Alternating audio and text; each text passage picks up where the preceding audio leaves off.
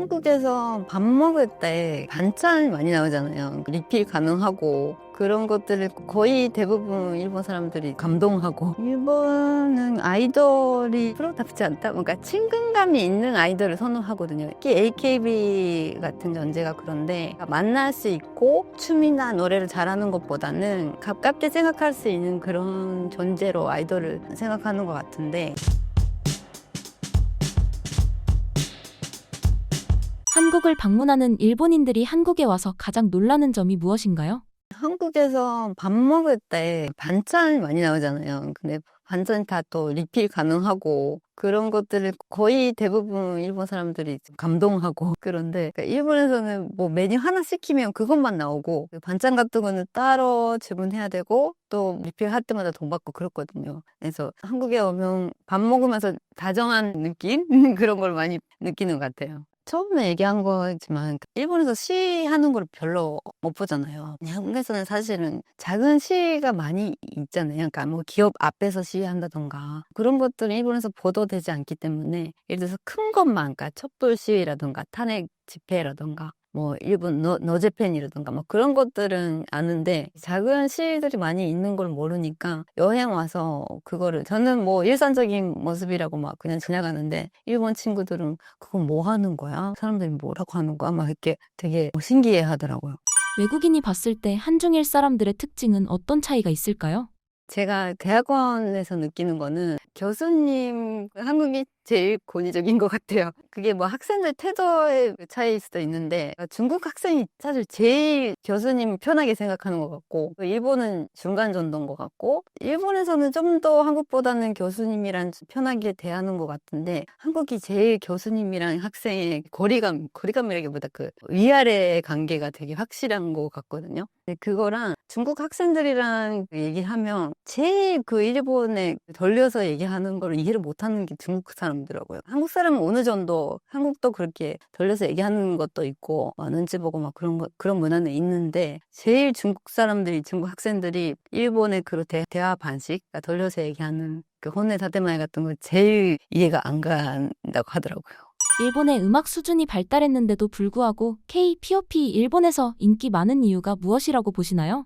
일본은 아이돌이 약간 좀 프로답지 않다? 뭔가 친근감이 있는 아이돌을 선호하거든요, 옛날부터. 그래서 특히 AKB 같은 연재가 그런데, 그러니까 만날 수 있고 춤이나 노래를 잘하는 것보다는 좀 가깝게 생각할 수 있는 그런 존재로 아이돌을 생각하는 것 같은데, 근데 한국은 전혀 다르잖아요. 한국에서는 뭐 연습생 시기도 되게 길고, 그 연습생 노래나 춤 같은 거 훈련 받고, 그런데도 뭐 몇 년씩이나 그렇게 해도 데뷔를 못하는 경우도 많고, 데뷔할 때는 되게 완벽한 퍼포먼스를 하잖아요. 그게 그 차이가 있는데, 옛날에는 그런 거는 아마 일본에서도 뭐 예를 들어서 지상파 TV에 나오거나 또 음반 수입되거나 막 그런 식으로 돼야 알게 됐는데, 그러니까 유튜브, SNS 때문에 많이 뭐 직접적으로 들어오게 됐잖아요. 그러면서 그런 뭔가 완성된 완벽한 그런 케이팝 아이돌들의 그 매력을 느끼는 젊은이들이 좀 늘어난 것 같아요, 일본에서.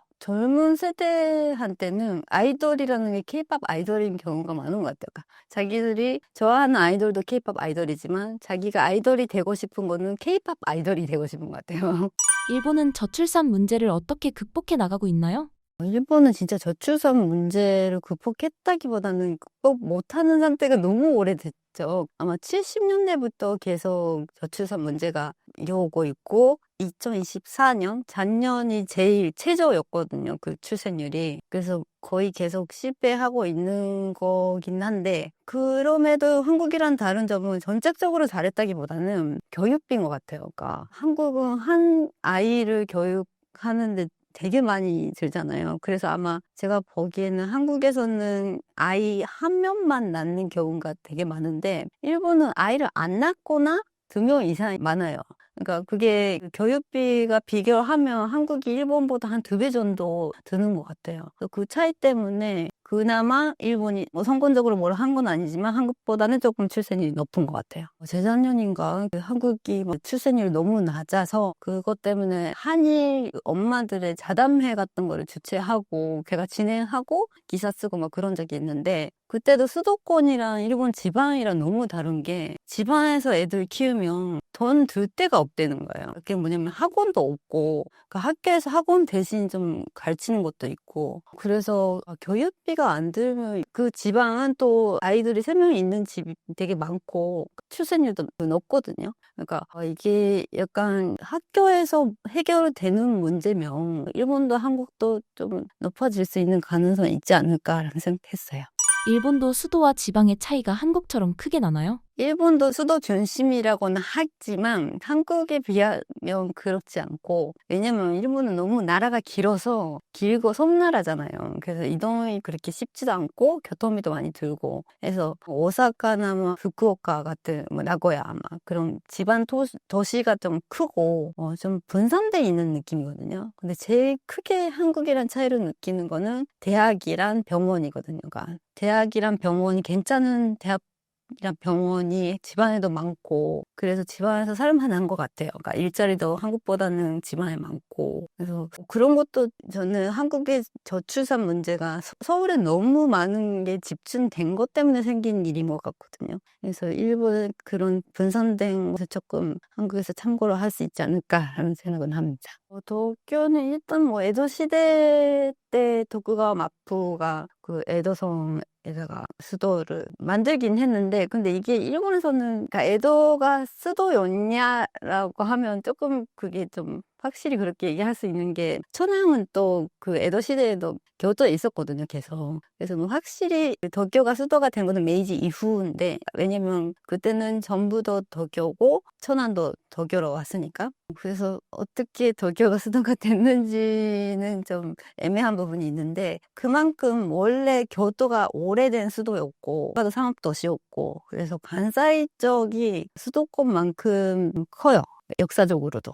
한국 사람에게 일본 여행지를 추천해 주신다면요? 저는 출신지다 보니까 그러니까 오사카가 태어난 출신지이긴 하지만 초등학교 3학년 때부터 고치에서 자랐거든요. 근데 고치가 시코쿠의 제일 남쪽에 있는 것인데 거의 한국 분들은 거의 안 가더라고요. 근데 일본에서는 되게 인기 많은 관광지이기도 하고 일단 음식이 맛있고 해산물도 그렇고 무엇보다 자연이 되게 이뻐요. 일본에서 제일 깨끗한 하천? 강이 고지현에 있거든요. 네, 그래서 고지현에도 한번 가봤으면 좋겠다라고 생각합니다. 고지가 그렇게 전국적으로 이렇게 알게 된 계기가 저는 어렸을 때 이사 갔던 거는 기논, 그러니까 논사 짓는 것 때문에 갔었는데 그때도 도시에서 일부러 시골로 가는 거니까 자연 환경이 괜찮은 좋은 데로 가자고 갔지만 그때는 주목받지 못했어요. 그러니까 그냥 시골, 아무것도 없는 시골이라고 사람들이 인식했는데 어느새 그 강이 깨끗하다던가 그런 것들이 애니메이션이라던가 호소다 마모루 감독 영가 죽음께 곤주인가? 그런 애니메이션에서 나오고 그리고 그 고지가 사카모토 료마 출신지거든요. 그 사카모토 료마가 아마 일본에서 역사 인물 중에 제일 인기가 많은 역사 인물인데 그래서 사카모토 료마 관련된 드라마라던가 소설이라던가 그런 것들이 좀 많이 나와서 영화나 드라마가 나오면 또 그 배경으로 나오잖아요. 고지가. 그래서 그러면서 관광지가 된 것 같아요. 한국인들이 잘 모르는 추천 음식이 있을까요? 일단 오사카 출신이라서 오사카 오코노미야끼나 타코야끼 같은 거는 추천하고 싶은데 이게 오사카 말고 다른 지역에서는 그렇게 많이 안 먹더라고요. 그 맛도 그렇게 맛있지 않고 그러니까 오사카에서 드시면 맛있는데 타코야끼는 또 한국에서도 파는데 정말 오사카에서 먹는 게 제일 맛있어요.